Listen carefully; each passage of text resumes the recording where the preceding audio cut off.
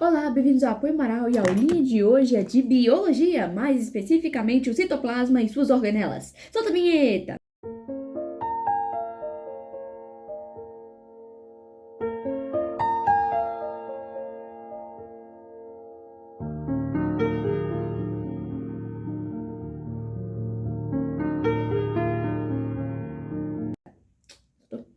É o seguinte, depois de muitos estudos, concluiu-se que existe uma infinidade de tipos de célula, tá certo? No nosso corpo humano mesmo, nós temos cerca de 300 tipos de célula que desempenham diferentes funções, como as células nervosas, as células da pele e as células dos músculos, tá certo? As nossas células, elas são constituídas, por mais que tenham funções diferentes, de 3 elementos básicos. A membrana plasmática, que protege e mantém todo o líquido do citoplasma dentro da célula. O citoplasma, que é um líquido viscoso, semitransparente, que é constituído de citosol e tem mais ou menos 80% de água e que ficam nele as organelas, no caso das células eucarióticas. E nós também temos o DNA, que tem uma série de informações responsáveis por dizer o que cada célula vai fazer, tá certo?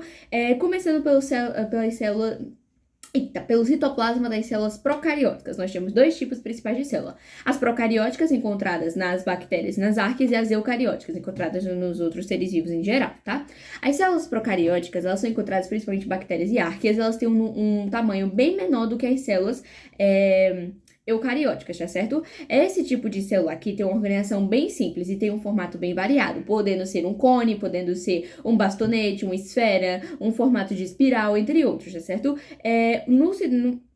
Em uma célula procariótica, nós temos estruturas que são filamentos que ficam na parte externa da membrana plasmática e servem como uma espécie de proteção ou um motor para que a célula se locomova, tá certo? O citoplasma das células procarióticas, ele simplesmente é constituído de 80% de água e o resto é lipídio, glicídio, aminoácido, vitamina, tudo que você imaginar, tá certo? Os citoplasmas também são constituídos de DNA e principalmente ribossomos, que são responsáveis por produzir proteínas. Os ribossomos bacterianos são bem menores do que os ribossomos das células eucarióticas, tá certo? E, principalmente em medicamentos, são utilizados ribossomos que não conseguem sintetizar proteínas, porque se eles conseguirem sintetizar proteínas, eles vão acabar por obstruir todo o metabolismo da célula que ele está tentando curar. Aí complica, né?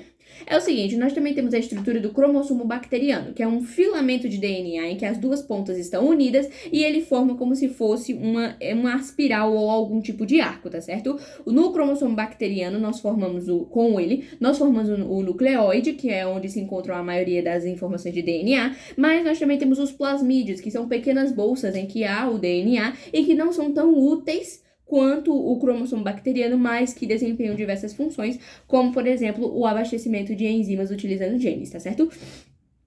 Por fim, para finalizar as células procarióticas, nós temos uma membrana lipoproteica no caso das células que são responsáveis pela fotossíntese, porque simplesmente elas têm uma função de promover a fotossíntese. E essas estruturas de membrana lipoproteica têm essa função, certo? Já as células eucarióticas, a gente vai falar ao longo do vídeo sobre cada uma de suas organelas, que são uma espécie de órgãos dessas células. Mas a principal diferença das procarióticas é o tamanho, que elas são bem maiores, e a organização, em que o próprio DNA e os ribossomos não ficam dispersos pela célula, mas sim meio que armazenados em várias bolsas membranosas, tá certo?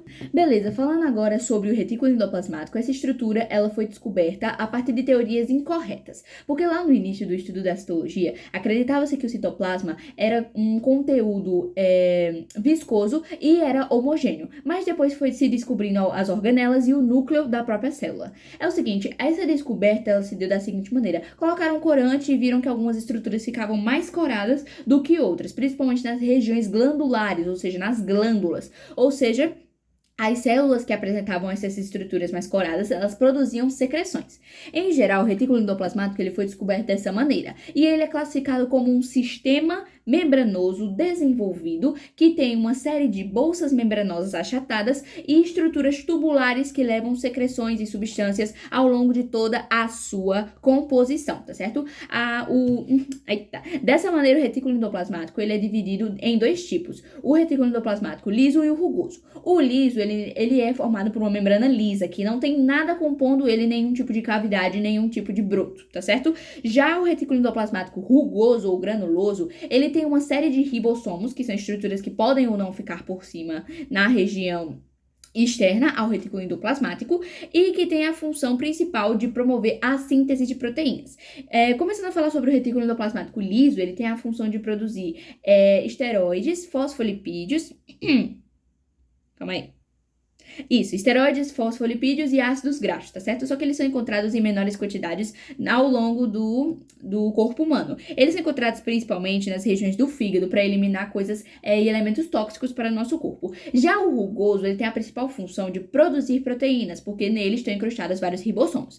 Dependendo da proteína que vai ser produzida pelo retículo endoplasmático, os ribossomos, eles podem ou não estar anexados ao retículo endoplasmático, tá certo? Quando eles estão mais livres e dispersos pelo citoplasma, geralmente as proteínas que serão produzidas, elas são destinadas ao uso da própria célula. Não é para doar para o corpo, não, é só para ela mesma, certo? Dessa maneira, nós também temos as estruturas... dessa maneira, a classificação dos ribossomos é uma estrutura que é responsável por produzir proteínas, certo? Falando agora sobre o complexo de Golgi. Essa estrutura está um pouquinho acima do retículo endoplasmático e é constituído de 6 a 20 bolsas denominadas cisternas. Essas cisternas, elas vão meio que fazer uma alteração nas proteínas produzidas pelo retículo endoplasmático rugoso. Por que só o rugoso? Porque o liso não está em muitas quantidades no corpo humano, somente no fígado, tá certo? Então, nas células vegetais, o complexo de Golgi, ele se encontra com uma série de cisternas espalhadas pelo citoplasma. Cisterna é aquilo que compõe o complexo golgiense. Então, nas células vegetais, nós temos os golgiossomos, que são espécies de aglomerados dispersados de cisternas pelo citoplasma. Já na célula animal, todas essas cisternas se encontram juntas e unidas no complexo de Golgi, tá certo? Junto a regiões como o núcleo e os centríolos. A principal função do complexo golgiense é a secreção celular. Ela funciona da seguinte maneira: quando as proteínas saem do retículo endoplasmático, elas vão por meio de vesículas até o complexo de Golgi. As vesículas são como um carro que as proteínas usam para chegar até o complexo de Golgi. Lá no complexo de Golgi, as proteínas, elas vão ser passadas de cisterna para cisterna dentro do complexo, e aí quando chegar na última cisterna, ela vai englobar de novo as proteínas e vai mandar para onde Deus quiser. O primeiro carro que as proteínas pegam, é denominado vesícula, e o segundo carro que essas proteínas pegam para sair do complexo é denominado... Cadê, meu Deus? É denominado grãos de zimogênio, tá certo? Dessa maneira, a região em que as proteínas entram no complexo de Golgi é denominada face formativa, ou face cis. Já a região em que as proteínas saem do complexo de Golgi, e aí seja o que Deus quiser, o destino delas pode ser tanto para fora da célula como para dentro do citosol, que é o líquido do citoplasma, é denominada fase de maturação, que é a fase trans, tá certo? Dessa maneira, a secreção celular é muito utilizada para produzir hormônios e substâncias mucosas, certo? Agora falando um pouquinho sobre as células vegetais. As células vegetais, elas também têm esse processo parecido com esse de secreção celular. Nesse processo, geralmente, o complexo de Golgi, ele não vai ter a função de promover a secreção celular. Vai ter a função de produzir glicoproteínas e polissacarídeos, tá certo? Nesse contexto, ela também tem uma função digestiva, promover a digestão de elementos e assim, com base na energia produzida dessa digestão, levar até uma estrutura denominada vacúolo, certo? O complexo de Golgi também é responsável pela produção dos espermatozoides, principalmente da região do acrossomo, que é a região que vai fornecer meio que a energia para o espermatozoide penetrar no gameta feminino, certo? Já aqui falando sobre os lisossomos, eles têm uma função diferente dos ribossomos, por mais que tenha nome parecido. Os lisossomos, eles são bolsas membranosas que têm muitas enzimas digestivas em seu interior. Essas enzimas podem ser as nucleases, as nucleases, as proteases, as fosfatases e também aquelas responsáveis por digerir sacarídeos, tá certo? Então, é uma bolsa cheia de enzima que vai promover a digestão. Nós temos dois tipos de lisossomos, duas fases. O lisossomo desempregado e o lisossomo trabalhando. O lisossomo desempregado também é chamado de lisossomo primário e é a fase em que ele tá só andando pela célula, sem fazer nada, só procurando alguém para chamar ele para trabalhar. No lisossomo secundário, ele começa a realizar a digestão de alguma substância que entrou na célula, tanto por fagocitose quanto por pinocitose. Tem vídeo aqui no canal falando sobre esses dois, tá certo? Então, ele tem duas funções principais. A função heterofágica do lisossomo é quando ele começa a digerir um elemento externo, seja uma comida, seja uma substância, seja alguma coisa que faz mal, ele vai digerir uma coisa externa. Então ele tá na sua fase de lisossomo primário, tá vagabundando por aí, sem trabalho nenhum, e aí ele acha alguma coisa para fazer, uma estrutura externa. E aí essa estrutura externa, ele vai ter que ir lá e digerir ela, se tornando um lisossomo secundário, um lisossomo empregado. Esse lisossomo empregado, ele também é chamado de vacúolo heterofágico, porque ele vai digerir uma coisa externa, tá certo? Depois que ele digere essa coisa externa, o material produzido vai fornecer energia ou fonte de matéria-prima para a célula e aqueles resíduos que sobraram vão fazer do lisossomo um vacúolo residual, porque vai estar com os resíduos, certo?